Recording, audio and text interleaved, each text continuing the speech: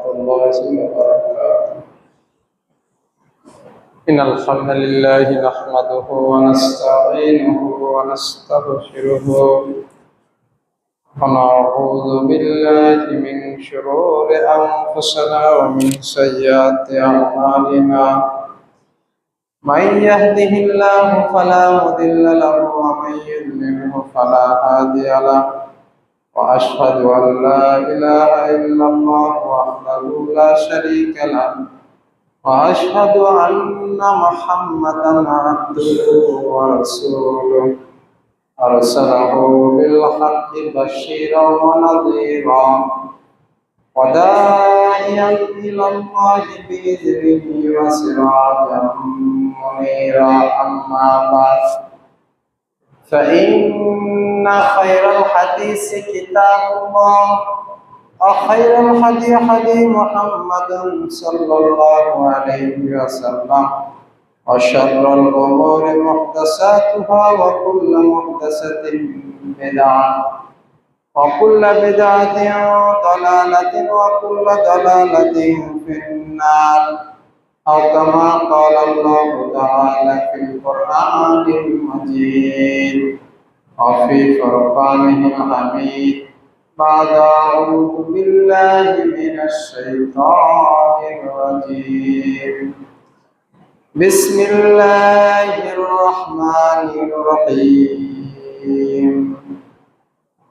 يا أيها الناس اتقوا ربكم الذي خلقكم من نفس واحدة وخلق منها زوجها وبث منهما رجالا كثيرا ونساء واتقوا الله الذي تساءلون به والأرحام إن الله كان عليكم رقيبا. وقال الله تعالى يا أيها الذين آمنوا اتقوا الله حق تقاته ولا تموتن إلا وأنتم مسلمون.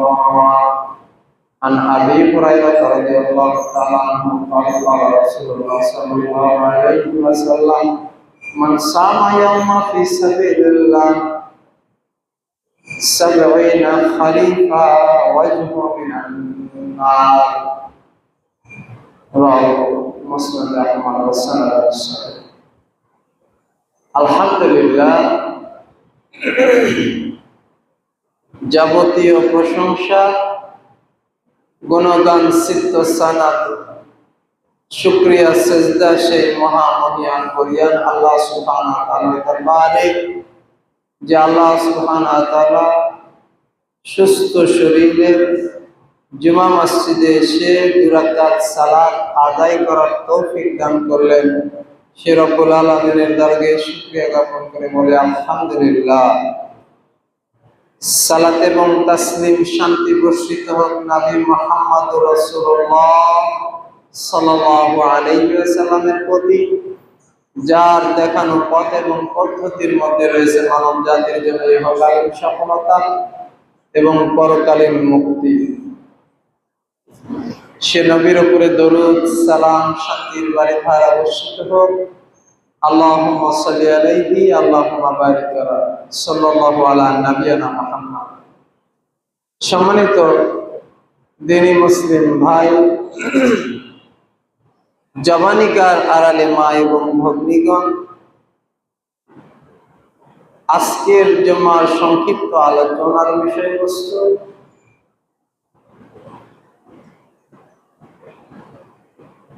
জান্নাতের বর্ণনা। জান্নাত সম্পর্কে কোরআন এবং হাদিস থেকে সংক্ষিপ্ত আলোচনা করে শেষ করব। আমা তৌফিক ইল্লা বিল্লাহ, আলাইহি তাওয়াক্কালতু ওয়া ইলাইহিল মুনীব। আল্লাহুম্মা আমিন। প্রারম্ভেই এই কথা স্পষ্ট যে মানুষ যত বেশি পরকালকে ভুলে থাকবে তত বেশি জাগতিক হয়ে যাবে, আর যত বেশি মানুষ পরকালকে স্মরণ করবে তত বেশি দুনিয়া বিমুখ হবে। দুনিয়ার মোহ, দুনিয়ার চাকচিক্য, বিলাসিতা তার কোনো ক্ষতি করতে পারবে না। এই জন্য দুটি জিনিস মুমিনদের মনে রাখা খুবই জরুরি। কোন মুমিন যদি জান্নাতের আশা করে দুনিয়াতে পথ চলে, তাহলে তার চলার পথ সহজ হয়ে যাবে, তার কষ্ট, ক্লেশ, বিপদ আপদ গুলো তুচ্ছ হয়ে যাবে। ঠিক একই রকম ভাবে জাহান্নামের ভয় করে যদি মুমিন দিন অতিবাহিত করে, তাহলে পাপ থেকে বাঁচা তার জন্য সহজ হয়ে যাবে, পাপ থেকে বাঁচা সহজ হয়ে যাবে।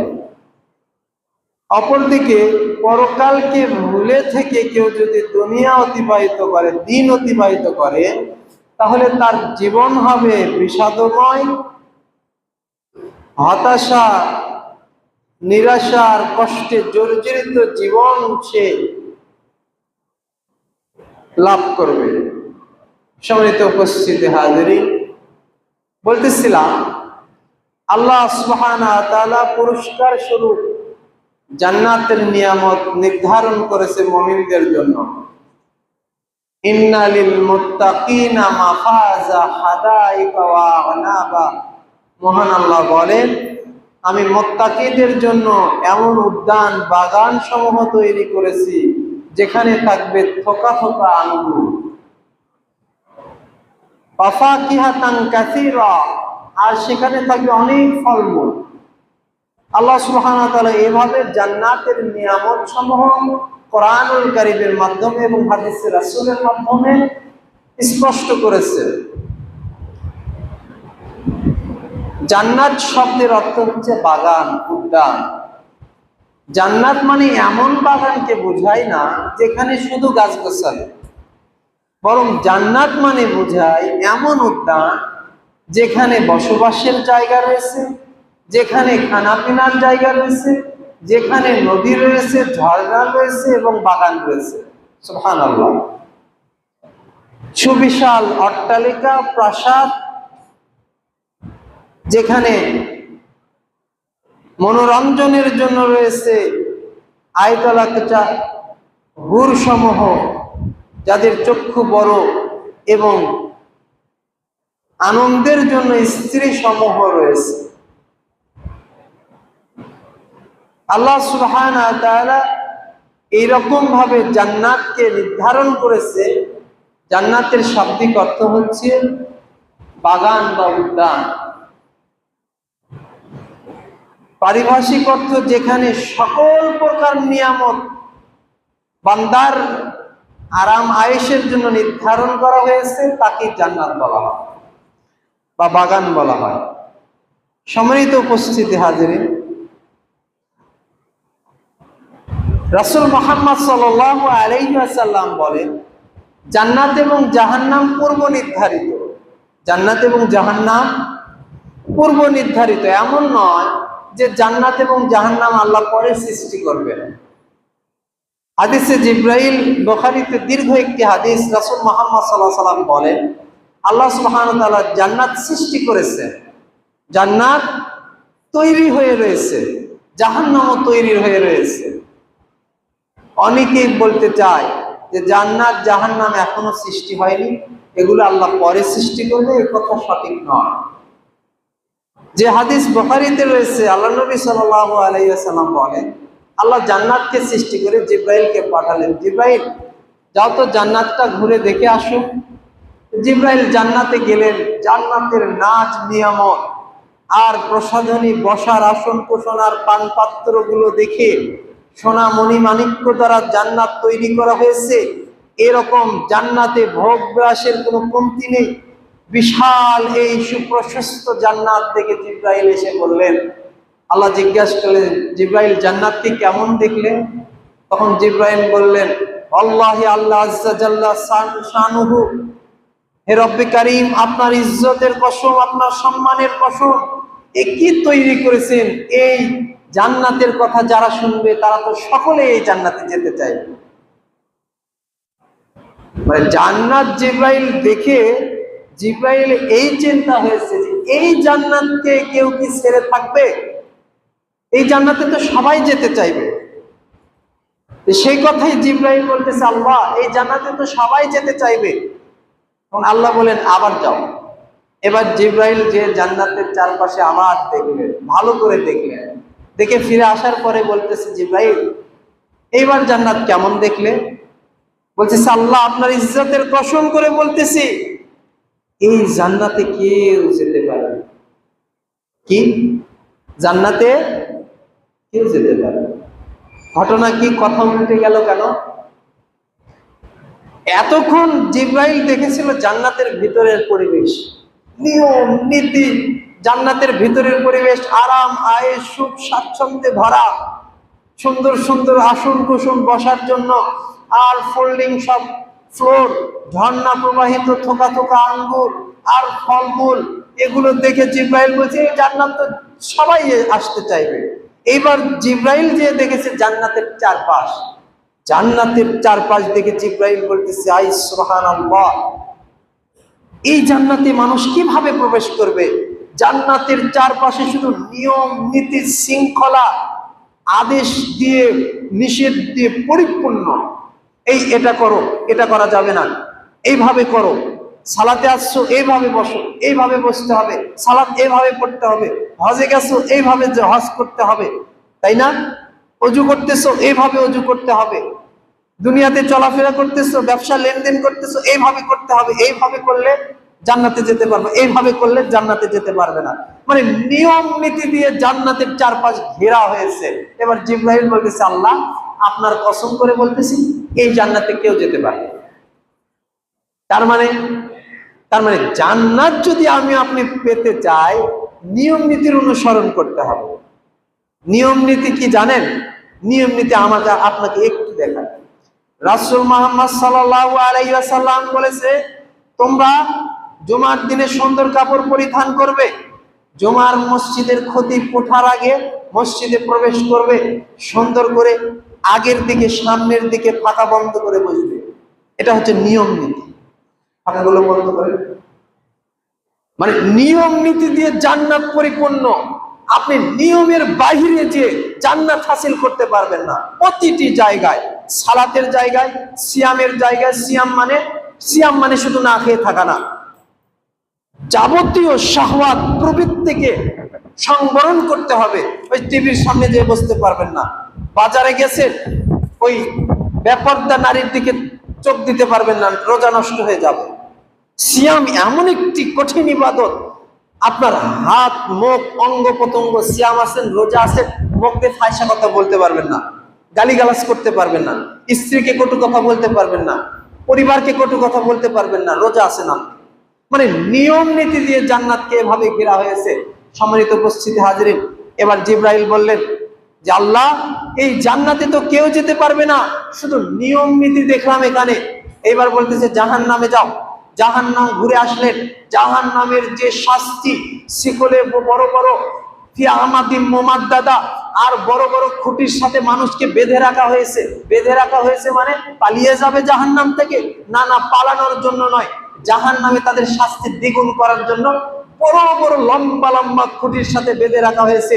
জাহান্নামের আকৃতি বিশাল আকৃতি, জাহান্নামের আকৃতি একেবারে বিশাল আকৃতি।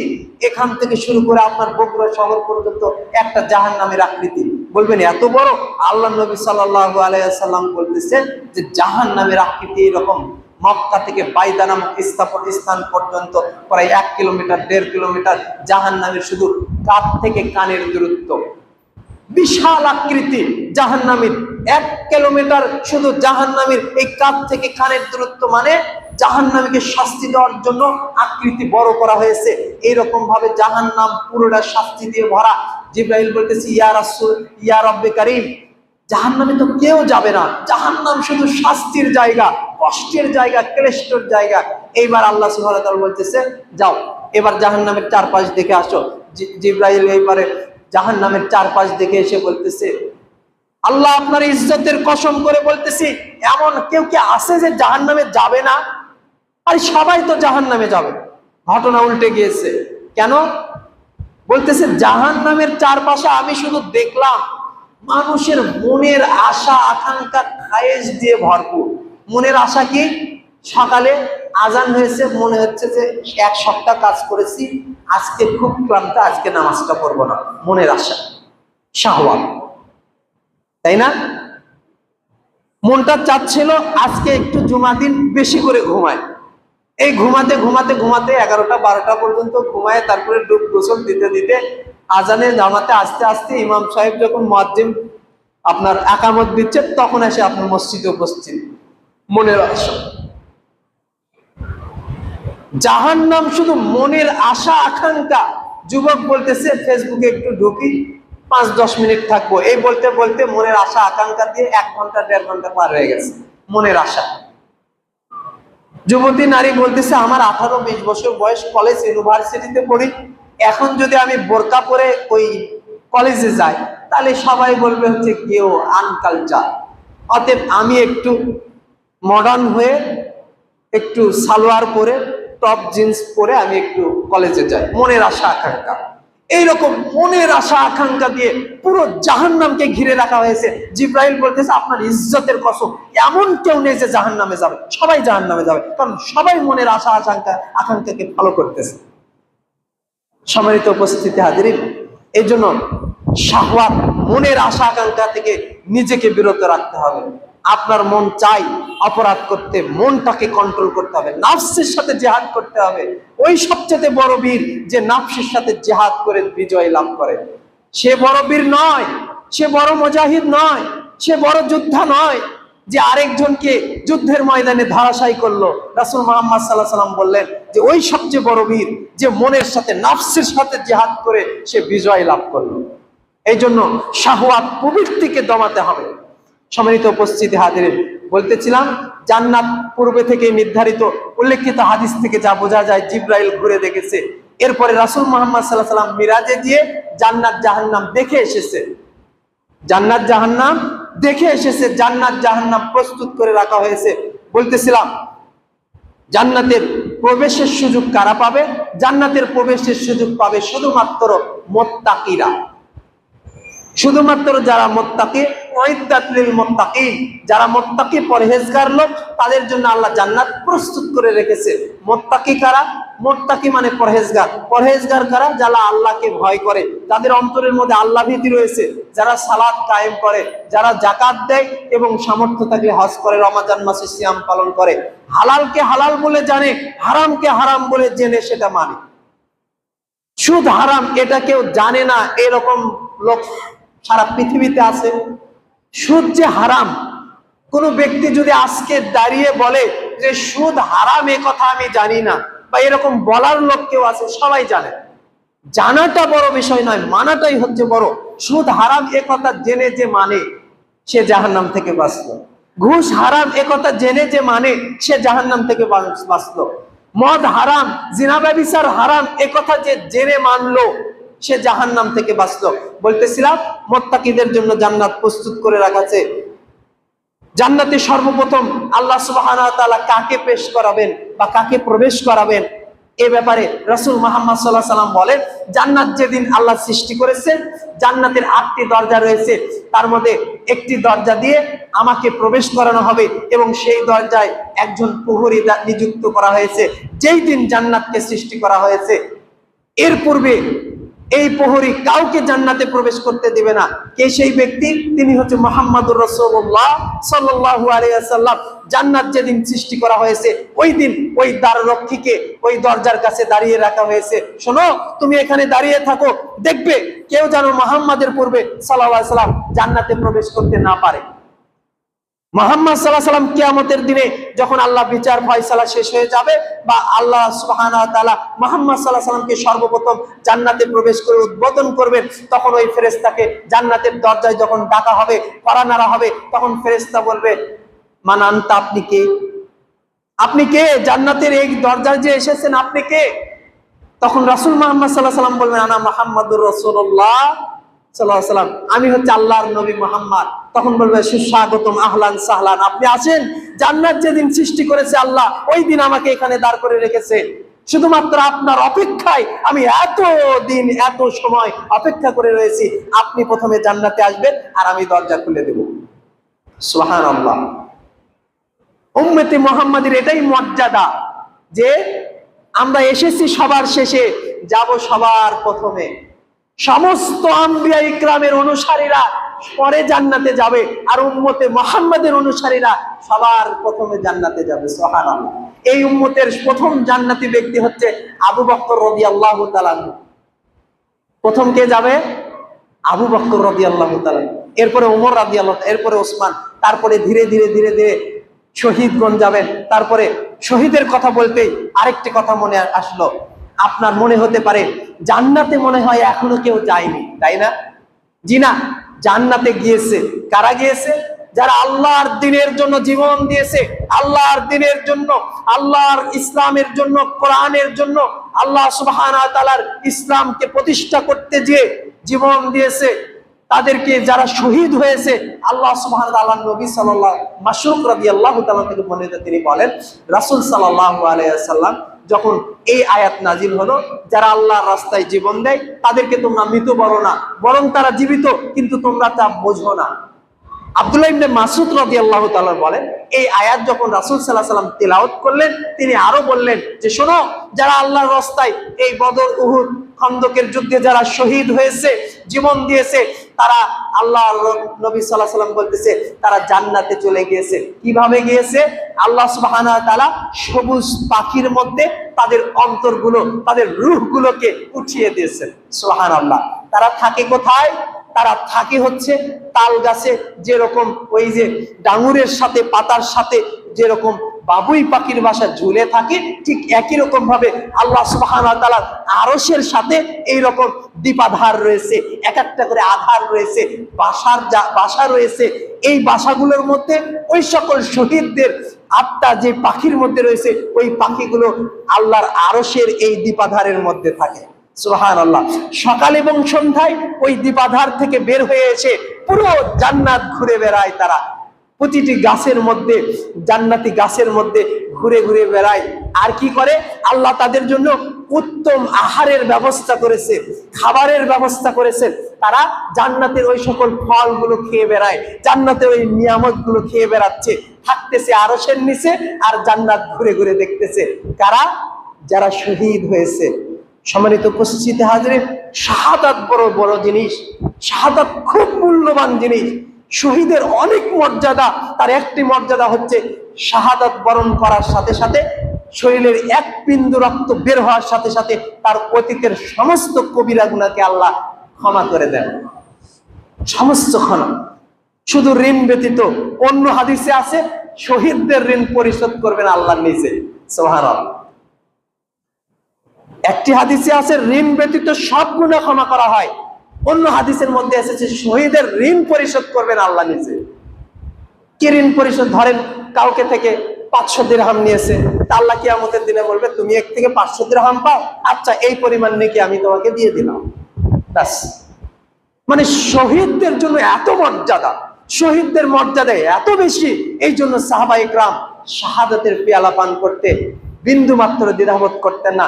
বলতেছিলাম জান্নাতে তারা কারা গিয়েছে? যারা শহীদ হয়েছে তারা। আজও যারা শহীদ হবে আল্লাহর দ্বীনের জন্য তারা জান্নাতে যাবে। তবে গণতন্ত্র প্রতিষ্ঠার জন্য শহীদ না। আপনাদের আবার বুঝবেন, রাজপথে যে ইনকিলাব জিন্দাবাদ করবেন আর ওই যে পুলিশ প্রশাসন গুলি করবে, আর আপনি বলবেন শাহাদাতের পেয়ালা পান করলাম, জি না, এটা শহীদ নয়, এটা শাহাদাত নয়।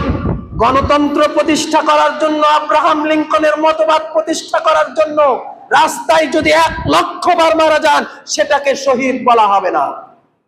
মুহাম্মদ সাল্লাল্লাহু আলাইহি সাল্লামের রেখে যাওয়া খেলাফতকে প্রতিষ্ঠা করার জন্য যদি জীবন দেন, ওটাই শাহাদাত। মুহাম্মদ সাল্লাল্লাহু আলাইহি সাল্লামের রেখে যাওয়া ইবাদত সালাতকে প্রতিষ্ঠা করার জন্য যদি জীবন দেন, ওটাই শাহাদাত। মুহাম্মদ সাল্লাল্লাহু আলাইহি সাল্লামের রেখে যাওয়া তাওহীদকে প্রতিষ্ঠা করার জন্য, আল্লাহর ওয়াহদানিয়তকে প্রতিষ্ঠা করার জন্য, আল্লাহর একত্ববাদকে প্রতিষ্ঠা করার জন্য আজকে হিন্দুস্তানের মুসলমানেরা, ভারতের মুসলমানেরা সালাত করতে যেয়ে তারা নির্মমভাবে লাঞ্ছনা, গঞ্জনা এবং হত্যার শিকার হচ্ছে, নিহত হচ্ছে। আজকে তারা মসজিদে নিরাপদ নয়। মসজিদে ইবাদত খানায় যখন ইবাদতরত অবস্থায় রয়েছে, ওই সকল তাদের গুন্ডা বাহিনীগুলো ওই সিজদারত ব্যক্তিকে প্রশাসনের লোকেরা আছে লাঠি দিচ্ছে। দেখেননি ইন্টারনেটে ভিডিও?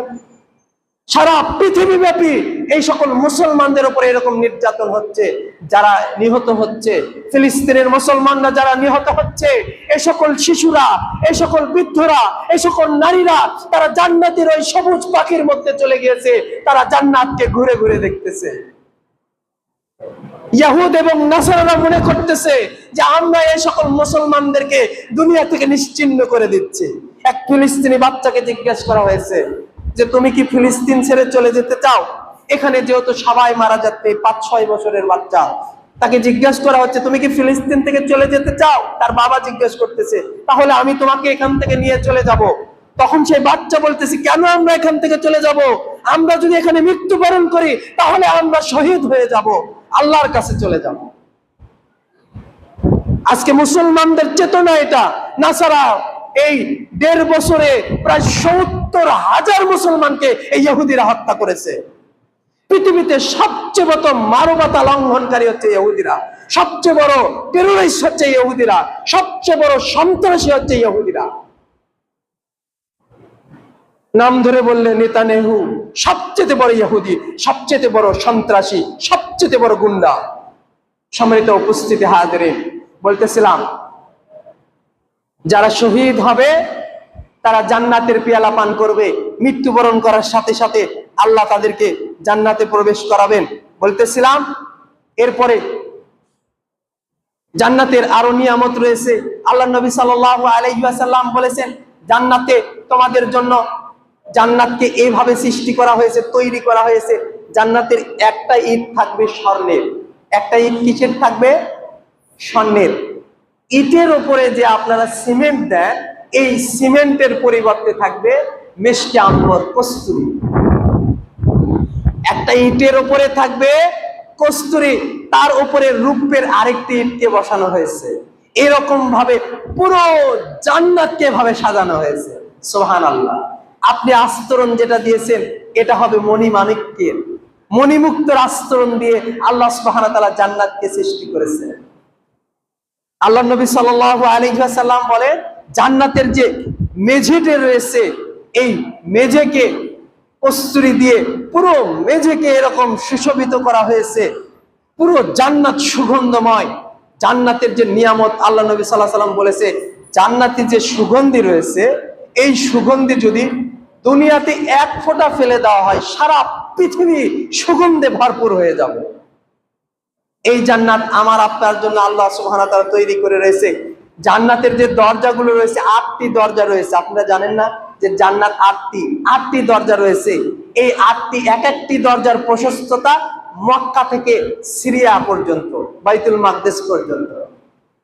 এক একটা জান্নাতের প্রশস্ততা হচ্ছে মক্কা থেকে বাইতুল মাকদিস পর্যন্ত প্রায় 1500 কিলোমিটার একটা দরজার প্রশস্ততা। সুবহানাল্লাহ।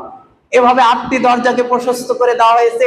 এই 8টি দরজা দিয়ে কাল কিয়ামতের ময়দানে আল্লাহ সুবহানাহু ওয়া তাআলা 8টি দরজাকে উন্মুক্ত করে দিবে। যে যে আমলে আল্লাহর কাছে কবুল হয়েছে ওই সেই ব্যক্তি সেই আমলে ওই দরজা দিয়ে জান্নাত। যেমন একজন ব্যক্তি খুব একনিষ্ঠতার সাথে সালাত আদায় করেছে, নামাজ পড়েছে, তাহলে নামাজীদের যে জান্নাত, ওই জান্নাতে আল্লাহ সুবহানাহু ওয়া তাআলা এইরকম ভাবে প্রবেশ করাবেন। কোন ব্যক্তি ভালো করে সিয়াম থেকেছে, সারা জীবন সুন্দর করে রোজা থেকেছে, আল্লাহ সুবহানাহু ওয়া তাআলা জান্নাতুন নাঈম, ওই নাঈম নায়ক জান্নাত দিয়ে, ওই দরজা দিয়ে শুধুমাত্র রোজাদারে প্রবেশ করবে। রোজাদাররা প্রবেশ শেষ হয়ে যাবে, জান্নাতের দরজা বন্ধ হয়ে যাবে, আর কেউ ওই দরজাতে প্রবেশ করতে পারবে না।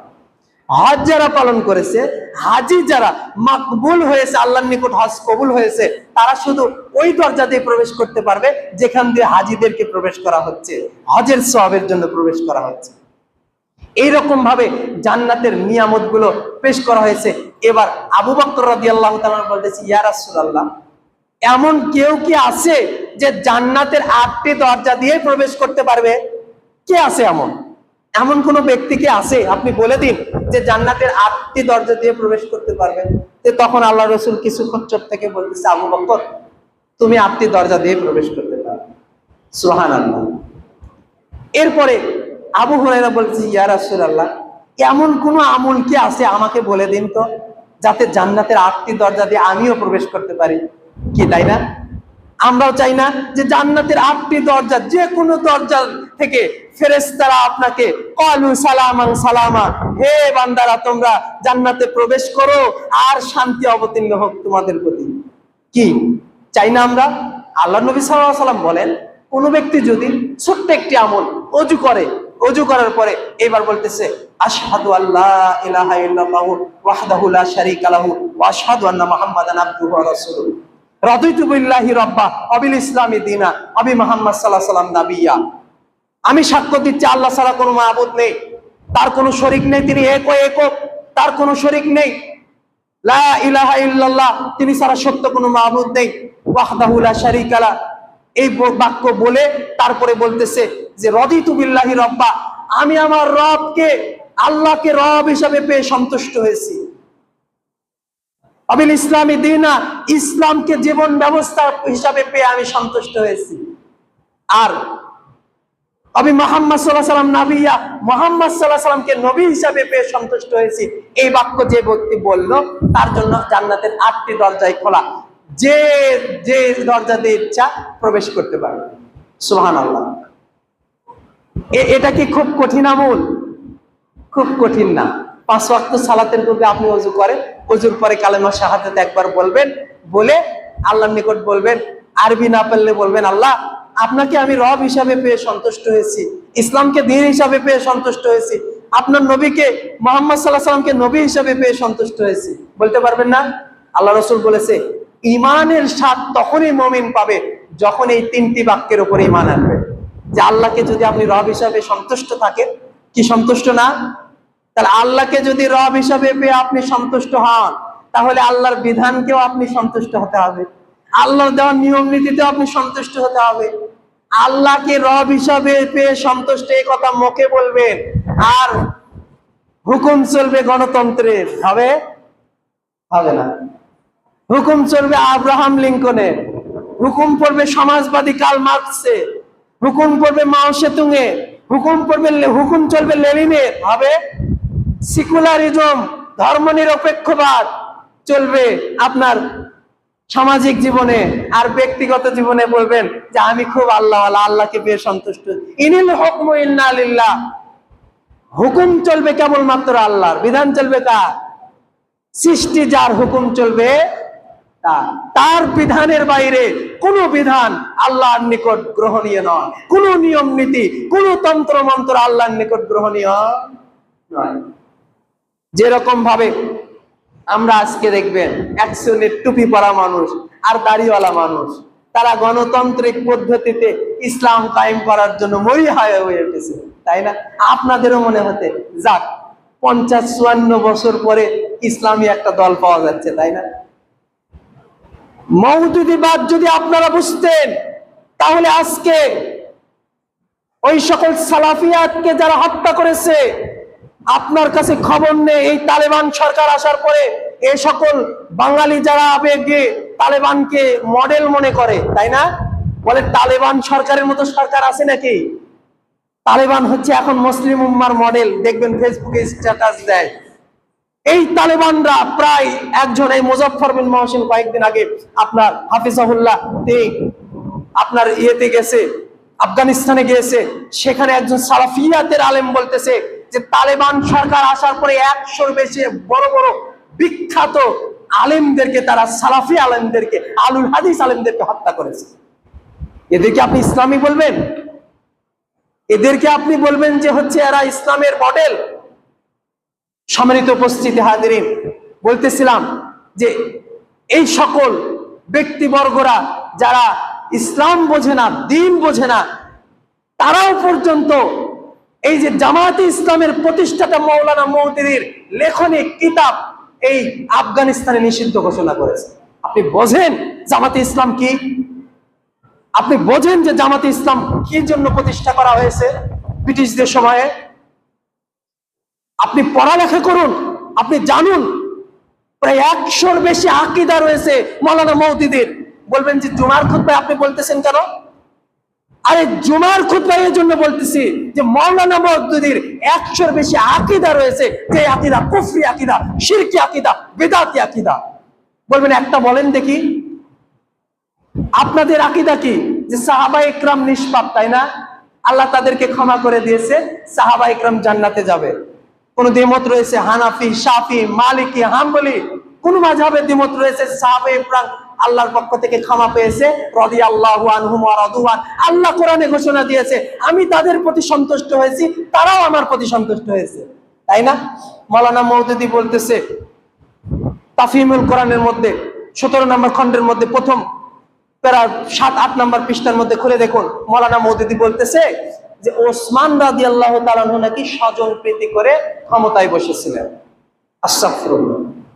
ওসমান রাদিয়াল্লাহু তাআলা একজন সাহাবী, যাকে আল্লাহ সুবহানাহু ওয়া তাআলা জান্নাতের শুভ সংবাদ দিয়েছে, সে নাকি স্বজন প্রীতি করেছে। আবার এই যে আমরা জানি না দাজ্জাল আসবে, আল্লাহুম্মা ইন্নী আউযু বিকা মিন ফিতনাতিল মাসিহ দাজ্জাল, নামাজে তাশাহুদের পরে বলেন না? মাওলানা মওদুদী বলেছে দাজ্জাল কোনো ব্যক্তির নাম নয়, দাজ্জাল হচ্ছে এই যে মানুষ জিনা করে, পাপ করে, অপরাধ করে, মানুষ খুন করে, এগুলোই দাজ্জালের ফিতনা। কি বলবেন? ইমানদার বলবেন না কুফর বলবেন? তাই না? এই রকম ভাবে বড় বড় বিষয়গুলোকে মাওলানা মওদুদী তার কিতাবগুলো যদি খুলে দেখেন আপনার অস্বীকার করেছে। তারই প্রতিষ্ঠিত জামাতে ইসলাম, তারা কখনো ইসলাম কায়েম করতে পারে না, দিন কায়েম করতে পারে, দিনই তো বোঝে না তারা। আপনি সালাত ছেড়ে দিয়ে মুমিন থাকতে পারবেন? কোন ব্যক্তি সালাত ছেড়ে দিয়ে নামাজ ছেড়ে দিয়েছে, মুমিন থাকতে পারবে? আর তাদের কথা হচ্ছে নামাজ, রোজা, হজ, যাকাত, এগুলো হচ্ছে ট্রেনিং। তাহলে বড় জিহাদ কি? বড় জিহাদ রাষ্ট্র পরিচালনা করা। কথা কি বুঝতে পেরেছেন? একজন লোক যদি জামনামাজি নাও হয়, কম হয়, অর্ধ নামাজি হয়, বেনামাজি হয়, সেও যদি রাষ্ট্রের জন্য জিহাদ করে মারা যায়, সে জান্নাতে। বলতে শোনেন না? সম্মানিত উপস্থিতি হাজিরিন, এইরকম কথাগুলো বলে আমরা বাঙালি সমাজ আবেগ দিয়ে চলিত। আপনি বিএনপি করেন, আপনি আওয়ামী লীগ করেন, আপনি জামাত ইসলাম করেন, তাতে আমার সমস্যা নয়। আমার কথা হচ্ছে যে আপনি ইসলামের নাম নিয়ে, দ্বীনের নাম নিয়ে, আপনি কোরআনের নাম নিয়ে, হাদিসের নাম নিয়ে আপনি গাদ্দারি করতে পারবেন না, মুনাফিকি করতে পারবেন না, এটা নিষেধ। গণতন্ত্র কখনো ইসলাম প্রতিষ্ঠা করতে পারবে না।